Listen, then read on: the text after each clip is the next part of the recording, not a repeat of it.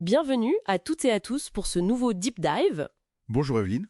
Aujourd'hui, on s'attaque à un sujet, un vrai casse-tête, on peut dire, pour beaucoup d'entreprises, la gestion des zones Wi-Fi publiques. Ah oui, C'est devenu un service quasi indispensable, mais bon, la complexité derrière, ça peut vite être un frein. tout à fait. Gérer les accès, les paiements, les utilisateurs, ça peut vite tourner au cauchemar logistique, surtout si on fait ça à l'ancienne, quoi. Avec les tickets papier, les suivis compliqués. C'est ça. Et notre source aujourd'hui, c'est un rapport de présentation pour une solution qui justement promet de régler ça. Le système Evision aux Wi-Fi zones automatisées. Hmm. L'objectif de ce deep dive est voir comment cet outil compte transformer cette gestion en quelque chose de simple et surtout rentable.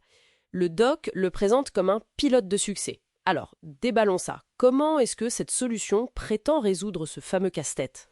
L'idée centrale, visiblement, c'est de remplacer tous ces processus manuels, donc adieu les tickets papier, les calculs de commission à la main, le suivi des ventes dans des carnets, par une seule plateforme numérique. D'accord. Et elle est basée sur le cloud, donc accessible de n'importe où, juste avec un navigateur web standard. Le cœur du système, si j'ai bien compris, c'est le tableau de bord d'administration. Il promet une vue d'ensemble immédiate. Un point qui est mis en avant, c'est la gestion multizone. Qu'est-ce que ça veut dire concrètement ? Ah ouais, ça veut dire qu'une entreprise qui a plusieurs succursales ou un revendeur qui gère le Wi-Fi pour différents clients peut tout administrer depuis un seul compte principal. Ah oui, pratique. Oui, plus besoin de jongler entre 10 identifiants différents, quoi. On peut lier des comptes secondaires et basculer facilement. C'est clairement pensé pour ceux qui veulent grandir ou gérer un parc assez important. Et ce tableau de bord, il ne sert pas qu'à regarder, j'imagine. Quelles sont les actions clés qu'on peut y faire ? On y trouve la personnalisation du portail captif. Ça, c'est la page sur laquelle l'utilisateur atterrit pour se connecter. Oui. On peut y mettre son logo, ses contacts, et aussi intégrer des systèmes de paiement mobile, genre Fais la paye, et définir des tarifs assez flexibles, à l'heure, au jour, etc. Le rapport parle aussi d'une simplification de l'intégration réseau avec un script microtique pré-généré. Bon, pour ceux qui ne sont pas les experts réseau, ça veut dire quoi ça ? Alors, MikroTik, ce sont des routeurs très utilisés pour ce genre de service. Ce script pré-généré, c'est un peu comme une recette de configuration rapide. D'accord.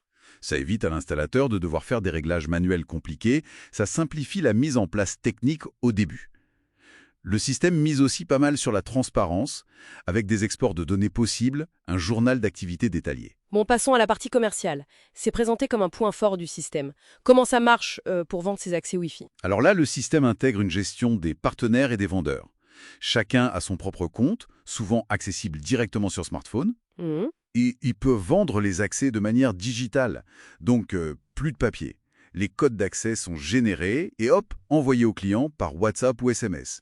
Fini les carnets de tickets physiques. Et l'administrateur, lui, il voit quoi de tout ça ? Il a une vue d'ensemble ? Ah oui, il a une vue complète. Qui vend quoi, qui est le plus performant, le chiffre d'affaires global. Il peut gérer les comptes de ses vendeurs et même leur envoyer des messages directement via la plateforme. C'est vraiment une structure organisée pour la distribution, quoi. Chacun a son petit espace. Ensuite, il y a la gestion du stock de ces accès Wi-Fi, l'administration tickets. Là aussi, on nous promet la fin des pertes, des imprécisions. Exactement. On peut créer différentes catégories d'accès, par heure, par jour, etc. Et surtout, on peut importer des milliers de codes d'accès d'un coup. Ah oui. Oui, via des fichiers standards, genre JSON, CSV.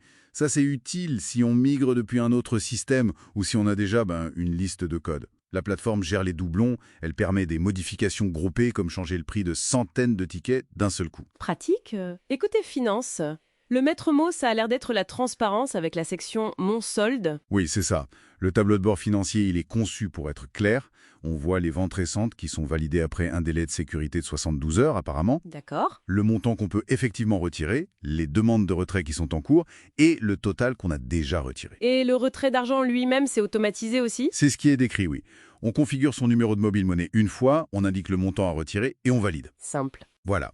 Le document précise quand même une commission de 10% qui est prise par Evisions sur les montants retirables et il y a un délai minimum de 3 jours entre deux demandes de retrait. Mais bon, tout est tracé dans des historiques de vente et de retrait. Un petit mot rapide sur la section accès VPN qui est mentionnée. Oui, ça c'est une partie plus technique pour les administrateurs réseau. Elle permet de gérer des connexions sécurisées via WayoGuard, c'est une technologie VPN, pour administrer les équipements à distance, par exemple. D'accord. Bon, alors, si on résume un peu les promesses de ce système Evisions, d'après ce document, c'est simplification radicale, automatisation pour gagner du temps, potentiel de rentabilité accru par une meilleure gestion, transparence, capacité à s'adapter à la croissance et fiabilité. En gros, un outil pour transformer un service Wi-Fi en un vrai business structuré. Oui, et ce qui est fascinant avec ces outils qui sont très complets, c'est qu'ils optimisent énormément les processus. Mais ça soulève une question, je trouve. Oui. Cette digitalisation qui est poussée à l'extrême, de la vente à la gestion, même pour un service aussi technique que le Wi-Fi, quel impact ça a sur le contact humain, finalement? Dans des petits commerces, des cybercafés, où l'échange avec le vendeur avait aussi une valeur. Est-ce que cette efficacité transforme pas un peu la nature de la relation client? C'est une réflexion, quoi. C'est une réflexion intéressante à emporter avec nous. Ce deep dive dans la documentation du système Evisions nous montre en tout cas une approche très méthodique pour monétiser le Wi-Fi en s'attaquant aux lourdeurs manuelles. De quoi nourrir la réflexion, effectivement.